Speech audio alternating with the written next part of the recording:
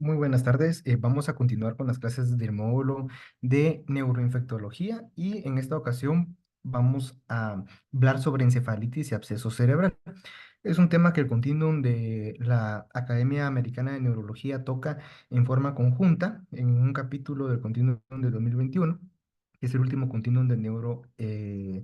neuroinfectología que ha salido hasta el momento. Y pues empezamos hablando importante en esta temática de que la constancia del medio interno es una condición de la vida libre, y esto es porque muchas veces cuando hablamos de encefalitis tenemos que discernir entre lo que es encefalitis y lo que es encefalopatía, y cómo una afección sistémica del cuerpo que es independiente al sistema nervioso central va a poder llegar a afectar el sistema nervioso central, sea por factores proinflamatorios o por em, introducción de agentes patógenos al sistema nervioso central por diferentes medios o a través de diferentes vías de llegar hacia el sistema nervioso central. Entonces, el medio interno se refiere o hace referencia a todo el resto de órganos, que también incluye el sistema nervioso central, pero que es básicamente eh, más en relación a toda la relación que tienen los órganos cardiovascular, digestivo, respiratorio, circulatorio, incluyendo la sangre como el tejido conectivo líquido que conocemos. Entonces, es importante todo esto porque este sistema, en general, la biología humana como tal, está representado por esa homeostasis de todo el tejido conectivo, y esto finalmente pues va a llevar a la integración del sistema nervioso desde el punto de vista periférico, central y la parte simpática y parasimpática que conforman el sistema nervioso autónomo. Entonces, sabemos de que también el ambiente o el entorno externo es parte de cómo una persona puede ser más susceptible a desarrollar ciertas afecciones, por qué razón este entorno externo que está dado por el desarrollo embrionario, la alimentación y las condiciones que se tienen durante el embarazo, el desarrollo de enfermedades congénitas. También vienen los hábitos de vida que se tienen desde el inicio de la vida, y otros factores como por ejemplo condiciones ambientales que finalmente van a modificar las estructuras genéticas con modificaciones epigenéticas, porque eso se llama así porque esas son dadas por todos esos factores. No son propiamente de una alteración o de una anomalía genética propia, sino que es una afección genética derivada de factores externos a la información genética. Entonces, este es un esquema que siempre se pone en el continuum, principalmente en el capítulo uno, y se vuelve a tocar sobre cómo las diferentes lesiones que pueden tener a nivel infeccioso las partes del sistema nervioso en general, desde el periférico a central, podrían llegar a tener una afección meningoencefálica. Y por lo tanto es importante determinar, ya para ir entrando más en materia, los diferentes compartimientos por los cuales el sistema nervioso central puede ser vulnerable a la introducción de agentes patógenos que vayan a ocasionar afecciones de encefalitis o de absceso cerebral. Entonces, y estos temas se tocan en conjunto, puesto la encefalitis es la afección del parénquima cerebral, pero el absceso cerebral es la afección localizada y que a través del sistema inmunológico se logra hacer una especie de compartimento, se logra compartimentar dentro del parénquima, generando el absceso que conocemos, que tiene una pared y que puede tener trabéculas en el interior, lo cual va a generar, pues la parte más importante es que siempre va a generar pus, que es que no es más que el conjunto de bacterias y leucocitos que van a morir y esto es lo que lo va a diferenciar de la encefalitis, que en la encefalitis no vamos a tener esa focalización capsular generada por el propio sistema inmune en un intento de poder controlar el proceso infeccioso a nivel del parénquima. Entonces, la clase previa, pues se había hablado de lo que es la meningitis y ahora vamos a hablar propiamente de las infecciones que ya afectan el parénquima, es decir, por debajo de la pía madre. Entonces, en ese sentido, tenemos la barrera meningia. Es importante comentar que la barrera meningia, pues, es principalmente dada por la pía madre. Y como vemos aquí, esta barrera meningia no va a estar dada o no va a existir en donde están los espacios perivasculares. A nivel de los espacios perivasculares no hay meninge, no hay pía madre. Entonces, en ese espacio perivascular está descubierto básicamente de la primera barrera que podía limitar el paso de sustancias o de agentes nocivos al sistema nervioso central, la barrera meningia. Luego tenemos, vamos a dejar de último el B, luego tenemos la barrera de sangre líquido cefalorraquídeo, que esta es importante porque a nivel ventricular o intraventricular, en las paredes de los ventrículos, únicamente vamos a contar con células epiteliales. Esas células epiteliales son las células ependimarias y esas células ependimarias principalmente que son las que van a estar alrededor del ventrículo, pues son las que en los lugares en donde están los plexos coroideos, ahí vamos a tener esas células que principalmente van a ser las que van a ser la barrera para que no exista un paso desde la sangre de los plexos hacia lo que es el líquido cefalorraquídeo. Pero, como podemos ver, solo hay uniones junction, o sea, uniones en puntos de uniones conjuntas, y esto es una barrera que se considera muy débil. Entonces, es un punto fácil para poder que un agente pueda introducir o pueda penetrar el sistema nervioso central. Y luego de eso también vamos a tener la barrera ventricular, que está dada únicamente por las células ependimares, que esas está dada justamente en la pared, no en los plexos coroideos, y que luego de eso no existe más que el parénquima cerebral. Y fue otro punto importante de entrada. Una vez entra algún agente nocivo desde el torrente sanguíneo a través de estas células epiteliales que tenemos en la barrera sangre líquido cefalorraquídeo, es muy fácil que penetren las células ependimales y lleguen a lo que es el parénquima cerebral.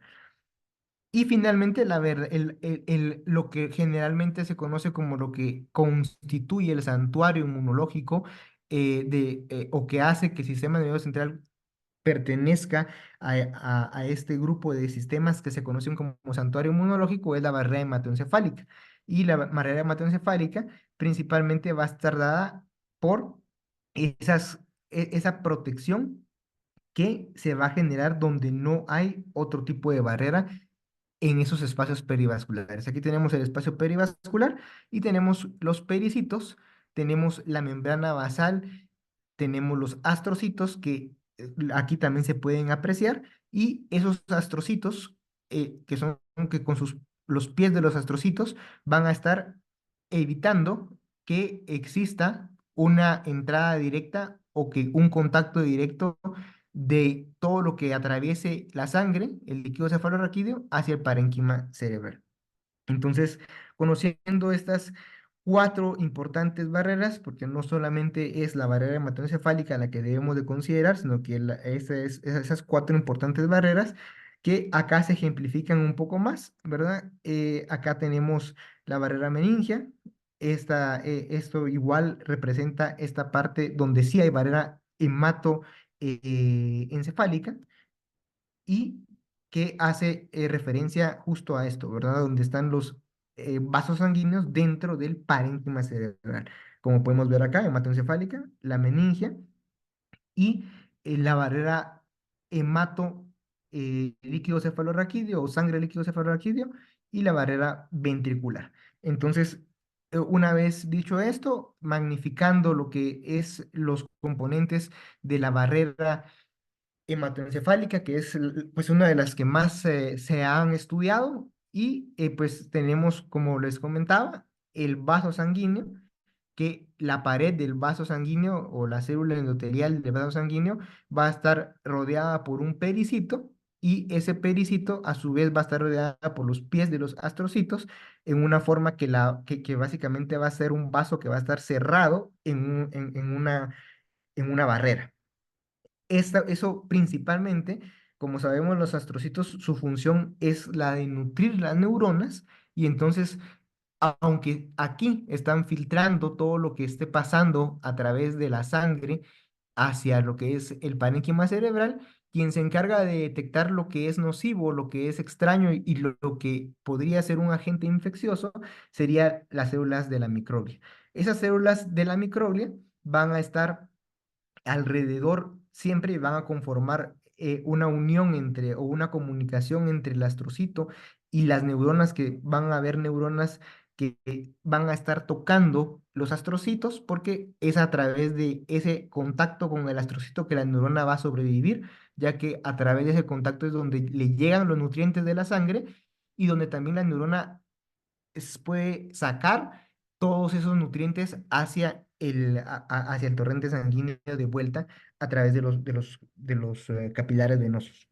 Entonces, es a través de eso, de ese contacto de la unión neurona-astrocito, pero la microglia, que es, como sabemos,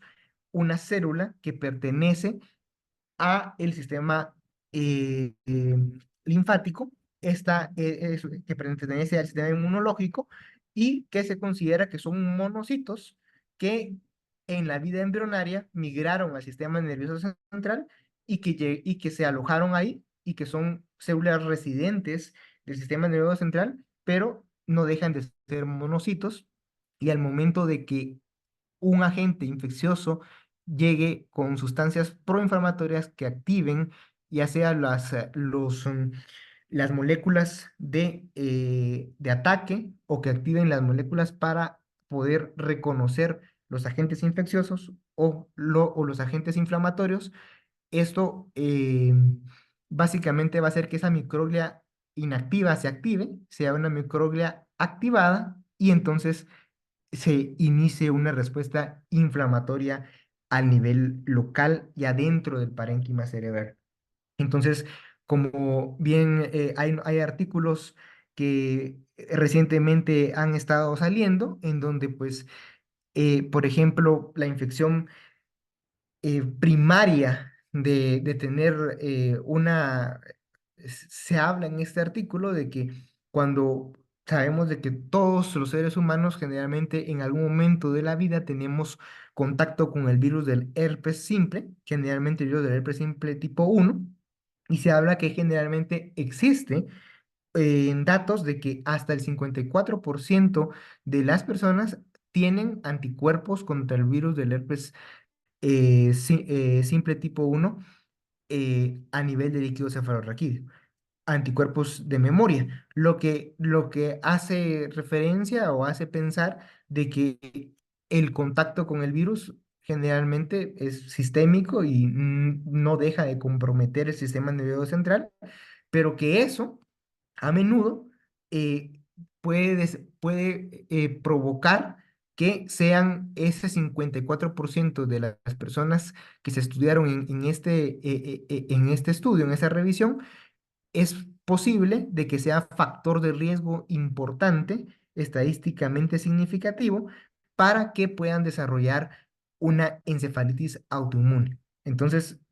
hay una relación en este contexto de que una infección previa, asintomática, solamente el contacto inmunológico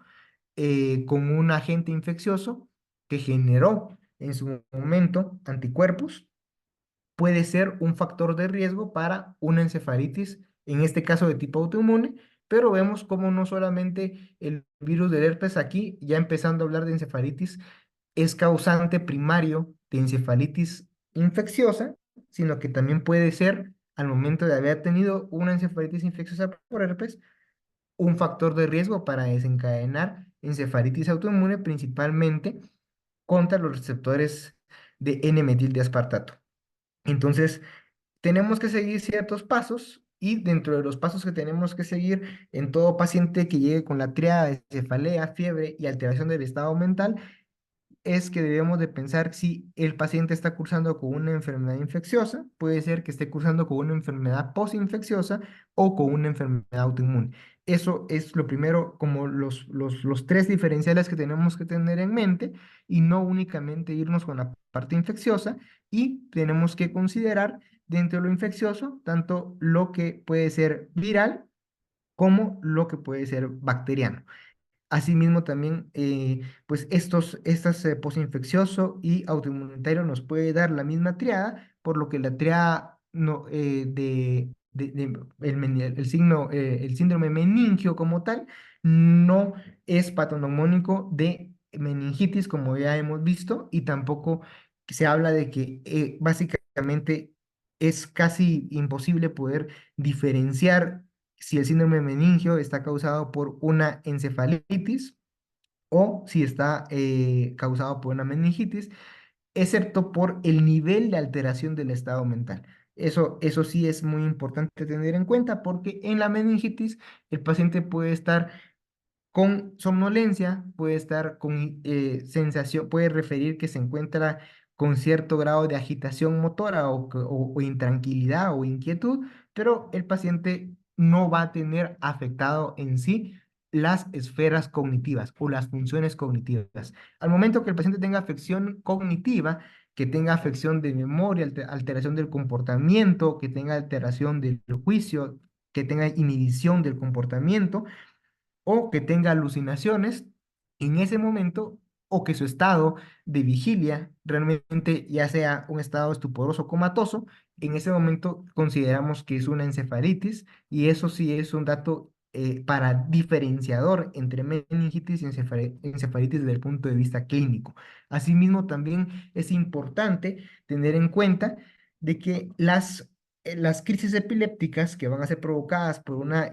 neuroinfección no son diferenciadoras entre meningitis y dentro de encefalitis. Pueden estar tanto en encefalitis como en meningitis y por esa razón no se debe considerar que sea patognomónico y que si ya el paciente tuvo una crisis epiléptica, el paciente tiene encefalitis, no necesariamente es así. Ahora bien, el paso número dos es que con la sospecha que tengo que tener como en la mente de los diferenciales, empiezo a hacer la anamnesis para poder llegar a tener un mejor panorama de lo que es el tiempo de evolución, si existen datos que me orienten a lesiones sistémicas como lesiones en piel, en mucosas, en otras membranas, si existen alguna historia de otalgia, de afección de vía aérea, de lesiones o infecciones dentales, si existe alguna historia inclusive de neumonía reciente. Eso es importante principalmente en las edades, en los picos, tanto de la infancia como en la tercera edad. Y asimismo también las infecciones que el paciente ha tenido en relación con el medio ambiente, el contacto con animales, picaduras de insectos, viajes, si ha tenido contactos sexuales recientes, si ha tenido vacunaciones para pensar en encefalitis diseminada aguda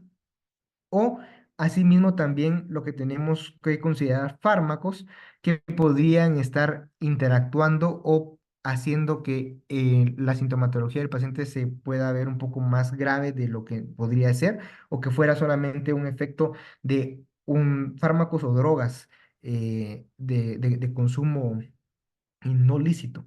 Y nuestro paso número tres es la evaluación del líquido cefalorraquídeo, que generalmente, pues esto ya lo hemos hablado en la clase previa, solo a manera de recordatorio. Sin embargo, es importante nuevamente recordar las indicaciones de tomografía cerebral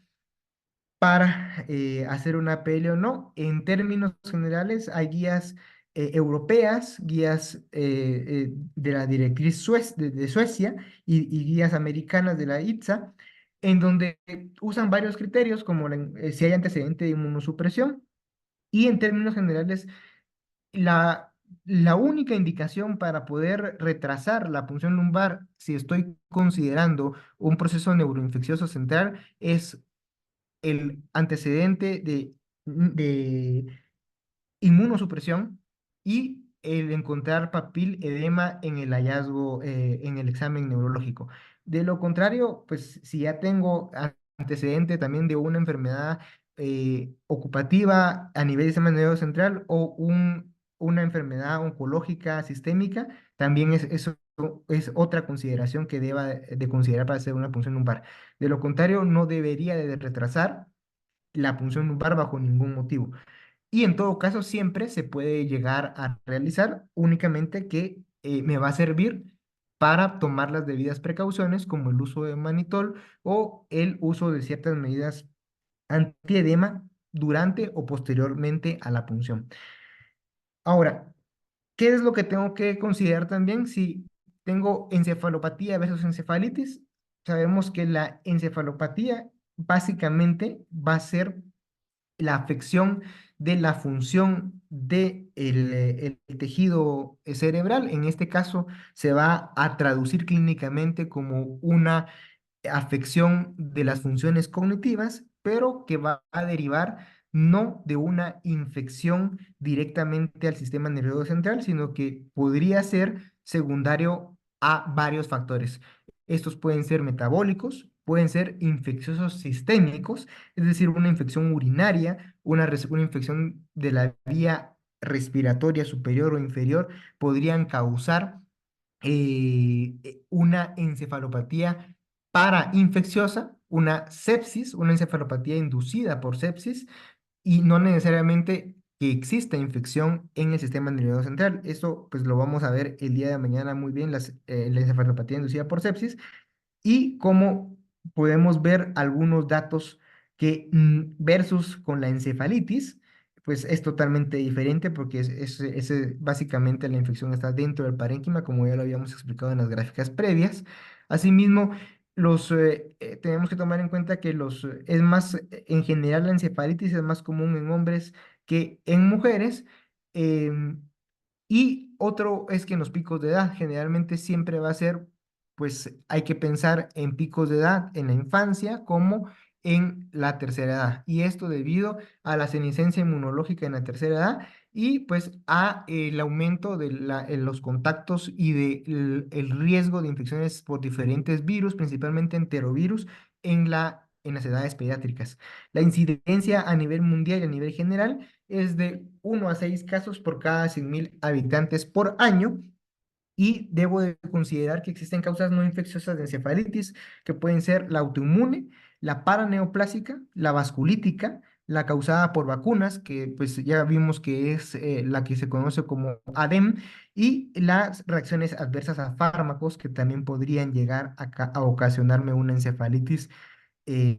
siempre del espectro inmunomediado, pero no precisamente autoinmune, sino que provocada por un fármaco, que sería una reacción eh, clasificada como reacción número 4. Entonces, en ese sentido, tengo que considerar que, pues, ese es un gráfico que ilustra cómo tengo una causa infecciosa de encefalitis. Aquí, pues, se representan los diferentes gérmenes, cómo van a a invadir directamente el parénquima cerebral a través de haber roto las diferentes barreras que habíamos comentado. Generalmente no es la barrera hematoencefálica la que logran vencer, sino que son el resto de barreras en donde logran introducirse. Eso va a producir citoquinas inflamatorias y esto va a hacer que exista una inflamación por la activación de la microglia. Asimismo, esa inflamación va a llamar o va a hacer que exista una quimiotaxis de los linfocitos y de todo el sistema inmune, provocando una inflamación sistémica y un síndrome de respuesta inflamatoria sistémica que puede llevar al paciente a pues una sepsis de origen neurógeno, de origen central, a nivel del sistema nervioso central.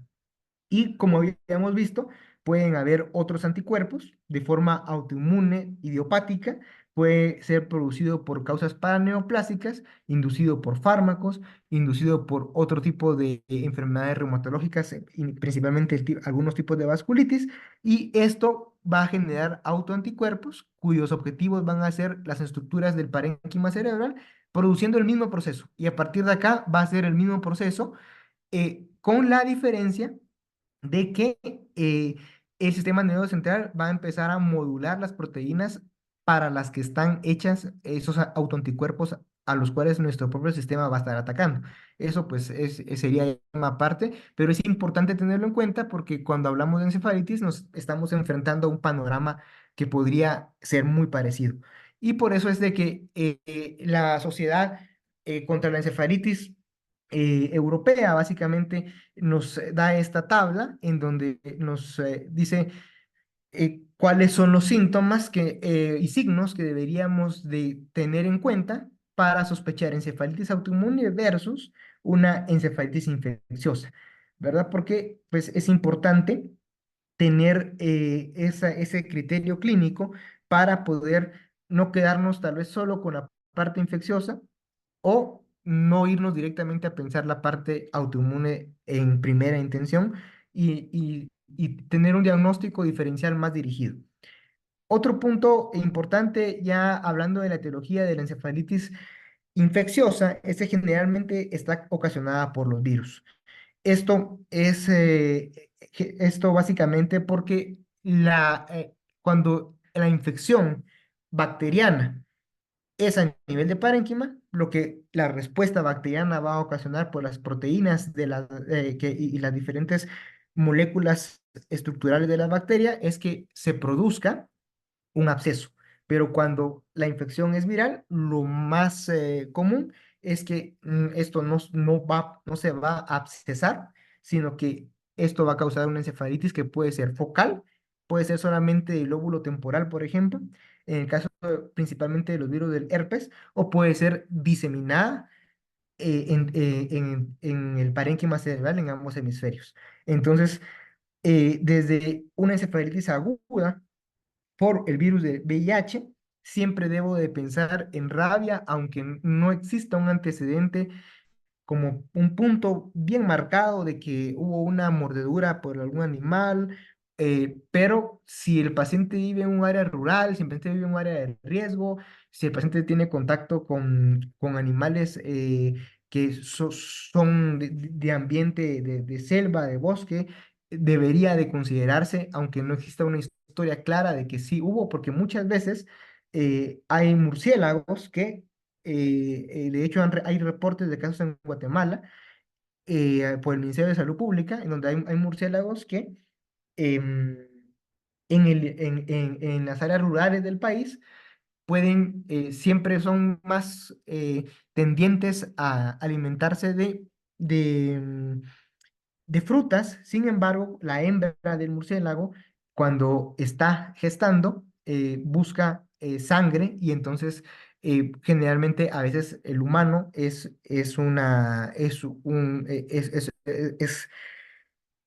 quien va a ser víctima de esta mordedura de murciélago y esto podría ser, como tiene en su saliva, una especie de químico para poder evitar que la víctima vaya a sentir dolor. Entonces, esa inhibición del dolor puede ser que en la noche ni se logre sentir y también no se vea la lesión. Muchas veces la lesión no se ve, sino que hay que buscarla muy, muy, muy bien y por esa razón siempre debemos como considerar contextos geográficos y contextos de riesgo. Asimismo, también la rubiola, la influenza, el adenovirus, cada uno de estos va a tener un neurotropismo. Por ejemplo, el virus del herpes es muy neurotrópico del lóbulo temporal, generalmente el tipo 1 y el tipo 2. El tipo 2 nos va a dar, en el caso de afección de parénquima cerebral, aquí ya no hablamos de meningitis, sino que aquí hablamos de encefalitis por herpes del tipo 2. También puede haber una encefalitis de Mollaret, como hay una meningitis, dependiendo. Y También tenemos el citomegalovirus, que ese también no lo debemos de descartar, que únicamente va a producir lesiones ocupativas, así como el Epstein-Barr, como lo hemos visto en otras clases, sino que también puede producir una encefalitis diseminada. Asimismo, también los flavivirus, estos son importantes porque el virus del Zika y el virus del dengue han estado actualmente muy en auge en cuanto a su trofismo por el sistema nervioso central. Eso es importante de comentar, ya que no es de extrañar que actualmente el trofismo del dengue esté cambiando y ya no sean tan pocos casos que se vean con afección al sistema nervioso central. Puede ser tanto la forma de afección de mielitis, afección de médula espinal o afección de encéfalo. En este caso estamos hablando de encefalitis, pero no descartar también la mielitis por virus de dengue. Y también el virus del Zika. Existen otros que no son, pues se mencionan en la literatura, que es importante siempre tener en cuenta, pero que no son propios de nuestro país y por lo tanto pues no vamos a profundizar en ellos. Y en cuanto a los enterovirus, importante comentar que aproximadamente el 80% de las encefalitis agudas van a ser causadas por enterovirus y estas generalmente podrían ser sintomáticas, pero con una resolución que se va a autolimitar. Y generalmente son enterovirus del genotipo A70, A68 y el Coxsackie virus también es importante tenerlo en cuenta porque las lesiones pueden empezar en boca como que fuera un tipo de herpes, como que fuera la herpangina, y eso pues puede ser tanto en adultos que tengan síndrome de abandono, como en niños o en cualquier paciente que tenga algún tipo de inmunosupresión. Los poliovirus, pues ya está cada vez, se considera que el virus de la polio está erradicado en nuestro país. Sin embargo, pues siempre debemos de estar considerando que puede ser una causa emergente en algún momento dado, y los ecovirus, que se comportan mucho con una sintomatología gastrointestinal de forma inicial y posteriormente pueden migrar por torrente sanguíneo por vía hematógena hacia el sistema nervioso central. Entonces, los virus tienen que tener esa característica de neuroinvasividad, neurotrofismo y neurovirulencia para poder invadir el sistema nervioso central. La vía más frecuente va a ser hematógena en un 90% y en un 10% va a ser la vía neuronal, y esta va principalmente a aquellos virus cuya entrada va a ser como el virus de la polio, que si bien la entrada puede ser gástrica o puede ser del sistema gastrointestinal, pero su trofismo es propiamente neuronal. O en el caso de afección de órganos sexuales, en donde el virus del herpes tipo 2, ahora también herpes tipo 1, podría llegar a afectar el plexo de Watson, el plexo venoso de Watson, y a través de, pues, vía hematógena, pero de una vez no tuvo o sea, tuvo un paso directo hacia estructuras del sistema nervioso central. Entonces, también es importante comentar, como les había dicho antes, que, por ejemplo, el virus de la varicela zoster puede afectar generalmente cerebelo. Es un sitio muy importante, el virus del herpes, el lóbulo temporal. eh, Hay virus como el citomegalovirus que es más periventricular y por eso es que vemos muchas afecciones periventriculares, pero a veces se ven un poco más como ocupativas, que llaman la atención, como las lesiones causadas por toxoplasma, que es otra entidad aparte, pero podría ser un diferencial, pero sin embargo puede ser una encefalitis que tenga una predilección periventricular. Asimismo, el sistema límbico, diferentes virus que son enterovirus pueden afectar el sistema límbico y tener afecciones principalmente eh, somatosensoriales, como serían las alucinaciones, en este caso de cualquier índole. Es importante también comentar que actualmente, desde el 2015, la FDA ya aprobó que el método diagnóstico, antes eran los medios de cultivo, pero actualmente desde el 2015 está aprobado como un método de diagnóstico, eh, con un 95 a 99% de sensibilidad, dependiendo de cuál sea el agente. El Finland Rape con panel de meningitis encefalitis, que tiene 14 objetivos en un solo test y que son esos los que vamos a buscar principalmente. En cuanto a virus, los que son de importancia para el tema que estamos hablando es el virus de la varicela zoster, el virus de herpes tipo 1, 2 y 6 y el fitomegalovirus, así como los enterovirus, aunque no diferencia tal vez el tipo de enterovirus, pero solo con eso ya tenemos un diagnóstico para poder ir al tratamiento. Es importante en este punto mencionar que existe el término de meningitis aséptica, el cual pues se va a utilizar o se ha utilizado a través de los años en la literatura para designar a una enfermedad que se considera benigna y autolimitada y que es causada generalmente por los enterovirus en el 80% de los casos, pero que actualmente con este Finland Ray podemos tener el diagnóstico pues preciso etiológico y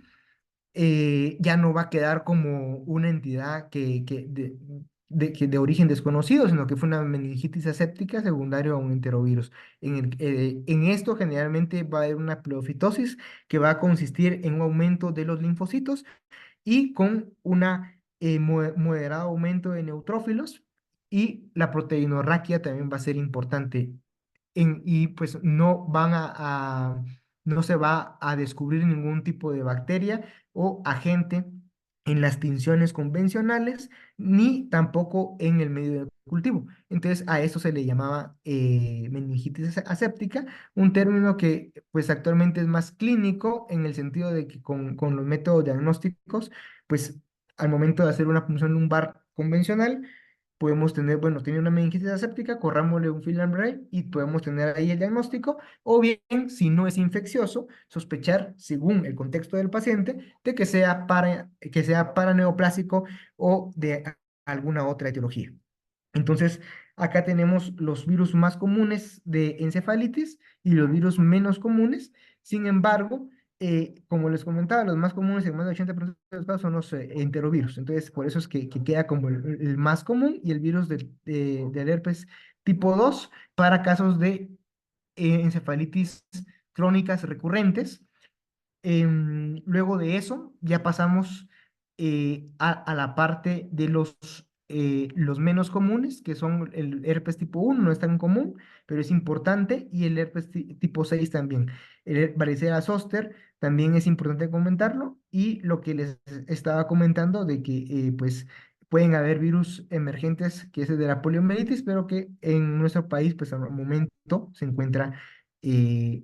o se considera erradicado. Y las causas no virales de encefalitis pueden ser una encefalitis parcial derivada de una meningitis parcialmente tratada, también por una leptospirosis, por Borrelia burgdorferi, por Mycobacterium tuberculosis, Cryptococcus neoformans. No necesariamente nos va a dar solamente meningitis, sino que nos puede dar una encefalitis y meningitis, y acá es donde viene el término de meningoencefalitis, y eso es importante porque hay tanto afección meningia como de parénquima cerebral, y el treponema pallidum también es importante comentar. Asimismo, pueden haber otros agentes infecciosos que son más raros de que nos vayan a manifestar con afección parenquimatosa del sistema nervioso central, pero es importante comentar la listeria monocitógenes y algunas especies de micoplasma. Hay otras reacciones adversas a medicamentos, generalmente importante tomar en cuenta los antibióticos, la isoniazida, el trimethoprim sulfamethoxazol, la penicilina, cuando hay alergia a la penicilina o en pacientes que se desconocía si el estado de alergia o no a la misma. Los antiinflamatorios no esteroideos son muy importantes, especialmente el ibuprofeno. Asimismo, también importante el uso de inmunoglobulinas, por eso que en las notas, cuando recomendamos poner inmunoglobulinas para síndromes de Guillain-Barré, ponemos vigilar por datos de encefalitis, de meningitis aséptica o cefalea, cambios en la visión, que nos van traduciendo a estas situaciones por también algo que sucede, que es el síndrome de hiperviscosidad. Entonces, eso genera los cambios en la visión. Y entonces es importante también hablar de que algunas drogas pueden tener efecto citotóxico cuando los niveles están fuera de lo normal, como la carbamazepina, o antibióticos que se usen por largo tiempo, como en el caso de la ciprofloxacina, que a veces se utiliza para prostatitis crónica en urología. Eso es importante tenerlo en cuenta. Y existen otra miscelánea, pero esto ya es un poquito más sistémico, ya que hablamos ya más de cuestiones de tumorales, neoplásicas y complicaciones inclusive de anestesias epidurales o espinales. Entonces, aquí vemos cómo se ve un tejido cerebral en macroscopía, cómo se puede ver la afección hemorrágica causada por una infección de parénquima por virus del herpes tipo 1. Entonces,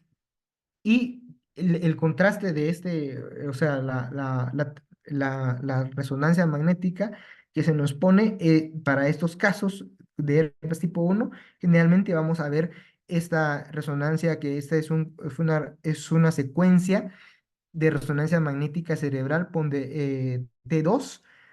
en un corte coronal, en donde vemos en un paciente que ya se conoce que tiene encefalitis por herpes tipo 1, por el líquido cefalorraquídeo, por clínica, se pueden ver estos cambios de hiperintensidad a nivel del lóbulo temporal, es bilateral, pero especialmente se ve en el lado derecho. Asimismo, también tenemos que considerar la epidemiología para ir más o menos viendo eso, pues, qué tipo a qué tipo de virus nos podemos enfrentar. Y la parte importante de que si tenemos antecedentes de encefalitis por herpes virus tipo 1, no descartar si existe una segunda recaída en el paciente, que tal vez como es tipo 1 no tipo 2 porque el tipo 2 sí puede ser crónico recurrente, el tipo 1 puede hacer ahora en este momento que haya transformado la inmunidad del paciente a una autoinmunidad contra el receptor NMDA o N-metita de aspartato. Entonces, eso es importante tenerlo en cuenta. Em, Asimismo, también, como les comentaba, el trofismo, pues esto es básicamente el resumen de lo que estuvimos hablando anteriormente, pero a nivel de tronco encefálico, pues no habíamos hablado mucho, ya sabemos que podemos tener características importantes por la listeria monofitógenes y la listeria monofitógenes se considera no una meningitis, sino una romboencefalitis. Entonces, se considera que en general es una encefalitis a nivel del tallo encefálico. Y asimismo también tenemos que considerar que pues, la terapia específica para encefalitis es la terapia para el virus que estemos aislando. Generalmente la mayoría va a responder, dependiendo si es el virus del herpes simple 1 o 2, va a responder con un aciclovir. La encefalitis por la varicela zoster también es por aciclovir. Los días de tratamiento son de 14 a 21 días en ambos casos. Importante comentar que en el caso de Epstein-Barr virus, vamos a recomendar uso de corticosteroides o de inmunoterapia, como que plasmaféresis o de inmunoglobulina intravenosa. En el fitomegalovirus vamos a recomendar principalmente el ganciclovir y igual que en el herpes tipo 6 el ganciclovir es el que debe ser recomendado. Y pues la infección por VIH que nos causa una encefalitis, se debe considerar el inicio de la terapia antirretroviral en conjunto con esteroides, pero esto debe ser juntamente manejado con infectología. En general, el manejo va a ser en conjunto con infectología. Sin embargo, es importante conocer cuáles son los principales esquemas que debo de utilizar. Y ya para tocar en los últimos 10 minutos, tocar la parte del absceso cerebral que estábamos hablando. Aquí tenemos el caso de una paciente femenina de 32 años de edad con 2 semanas que tiene sintomatología de un síndrome cefalálgico, febrícula y que llega a la emergencia por afasia de Wernicke. Entonces, esta paciente, pues, había tenido el antecedente que desde la adolescencia había tenido infecciones recurrentes de oídos, era de ambos oídos. em, Básicamente le hacen una serología para VIH, la cual se encuentra negativa, y una hematología que se encuentra dentro de límites normales. Cuando le hacen por la sospecha clínica que tienen de los antecedentes de infecciones de oído, la febrícula, la cefalea y la fascia, consideran, no se menciona si encuentran datos clínicos de focalización, pero consideran hacerle la imagen de tomografía cerebral que vemos en el corte axial en la diapositiva, en donde vemos esta imagen intraaxial o intraparenquimatosa, que en radiología llamamos intraaxial, y que esta va a estar rodeada de edema digitiforme, de esta hipodensidad digitiforme que se traduce a edema vasogénico, en donde claramente se puede ver una pared que se encuentra, que es delgada, lisa, y que no pareciera haber trabéculas intranodales o internas a esa lesión. Hacen la fase post-contraste o la fase contrastada, en donde se puede ver el realce de la cápsula, y cuando vemos ese realce tan marcado de la cápsula, tenemos una etapa, la clínica de la paciente, los antecedentes de la paciente iban más en relación con un, una causa infecciosa, y en eso se va a considerar el absceso cerebral, y cuando vemos una cápsula tan marcada, vamos a considerar un absceso cerebral en fase tardía. Esta es la misma paciente, solo que ya la estudian con una resonancia magnética cerebral, en donde tenemos acá en los tres cortes, que son cortes axiales, em, tenemos que en la secuencia pues T1, pues no vemos ningún cambio en específico, más que esta importante lesión tumefacta, ¿verdad? Que está pues rodeada con un borde bien definido. Posiblemente podemos decir que sí hay dos tipos de intensidades dentro de la misma. Vemos en la secuencia FLAIR que sí se evidencia ya con mejor claridad toda esta línea, esta cápsula, que sí tiene dos densidades en su interior, dos intensidades en su interior, y que tiene edema vasogénico marcado. Y cuando hacen una secuencia contrastada, pero que a la misma secuencia que le aplican medio de contraste, le hacen una supresión grasa con la secuencia SAT-FAT. Lo que sucede es que se puede observar esa imagen que vemos en la ilustración. Entonces, en el caso de absceso cerebral, una recomendación también sería, o una forma de poder abordarlo imageneológicamente en el estudio, sería de hacer la secuencia contrastada y la secuencia contrastada con supresión grasa. Entonces nos quedaría una imagen como la podemos ver acá. Eh, mm, entonces, las fases de los abscesos cerebral, es importante comentar que es una infección a parénquima cerebral que por el mecanismo de inmunidad del huésped va a encapsularse. Entonces, por eso empieza como una cerebritis, la cual va a ser el área focal de infección, y esa área focal de infección pues se considera que es temprana cuando es entre el día 1 y el día 3,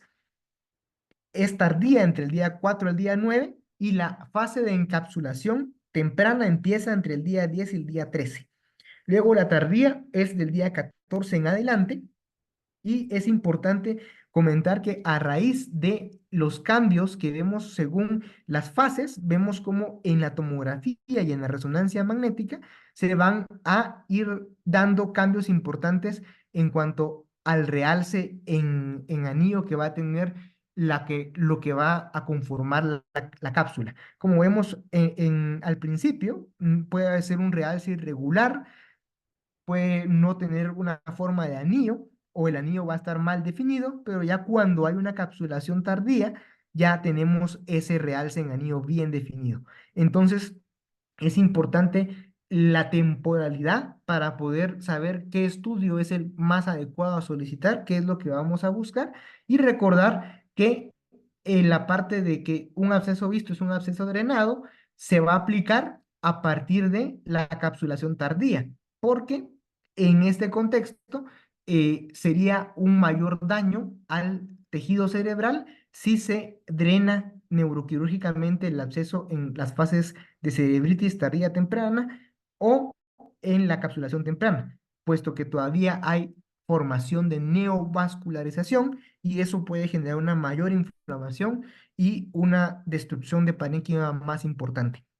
Entonces acá tenemos algunas imágenes de cómo vemos la cerebritis temprana y esto es importante tenerlo en cuenta porque es una imagen de bordes mal definidos en la cual pues básicamente solamente la historia clínica, los antecedentes del paciente, el contexto clínico en general nos pueden hacer sospechar de que esto se trate de un proceso infeccioso y cómo esto va a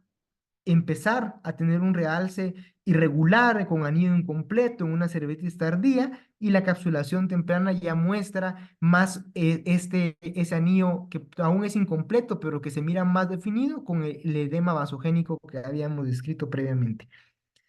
Este es un algoritmo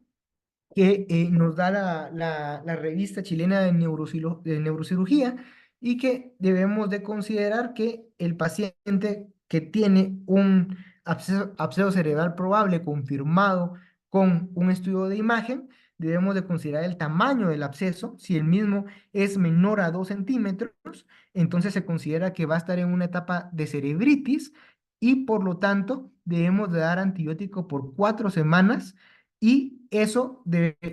nos va a obligar también a que todo absceso cerebral debe ser básicamente estudiado al paciente para ver si existe una infección, ya sea a nivel del macizo facial, estamos hablando de boca, dientes, oído, sistema paranasal, o a nivel pulmonar o algún otro sitio de infección que sea la causa de por qué llegó ese agente generalmente bacteriano hacia el tejido cerebral. Y cuando ya tenga esto, hago un control en 4 semanas y si tengo una mejoría clínica en la imagen, pues puedo seguir con el tratamiento médico. Pero si hay deterioro clínico después de las 4 semanas o se ve que sí se confirma que hay una capsulación tardía como tal, entonces ya se pasa a la extracción o el drenaje quirúrgico del absceso. Si el absceso desde el inicio es mayor a 2 centímetros, yo considero que ya está en una etapa capsular, entonces igualmente se da antibiótico por 4 semanas según el sitio de la infección de donde provino, porque hay que buscarlo y encontrarlo, y se tiene que hacer la cirugía. Aquí sí está indicado de una vez la cirugía, y entonces, o sea, en conjunto, eso es paralelo, no se va a esperar 4 semanas y después la cirugía, sino que eso es en conjunto. Y luego se hace un control de imagen en 4 semanas y ver si el paciente requiere una segunda intervención o únicamente con manejo clínico. Entonces, básicamente, eso es pues, en lo que podríamos resumir el tema, considerando, como les había comentado, que en todo paciente con absceso cerebral hay que buscar obligatoriamente la fuente de infección. Puede ser ótica de senos paranasales, puede ser también por un trauma postneuroquirúrgica, por vía hematógena es muy importante la infección pulmonar, generalmente por estafilococos aureus. Esto es importante y en este caso un absceso a nivel pulmonar con un paciente que empieza con síntomas neurológicos, básicamente se tiene que pensar que tiene un absceso hijo a nivel cerebral por diseminación hematógena. Entonces, también hay que sospechar en endocarditis en los pacientes que pues tengan el riesgo de padecerlo y puede haber que no haya una causa conocida o que no se llegue a una conclusión, pero eso es únicamente aplicable luego de descartar eh, todas las demás causas probables. Entonces, eso es importante porque eso nos va a llevar a tener que resolver primero el sitio primario de infección para que juntamente vaya resolviendo la infección del sistema nervioso central. Entonces, eso es básicamente lo que traía para la clase del día de hoy. Espero les haya sido de su agrado y quedo pendiente de comentarios o dudas. Muchas gracias.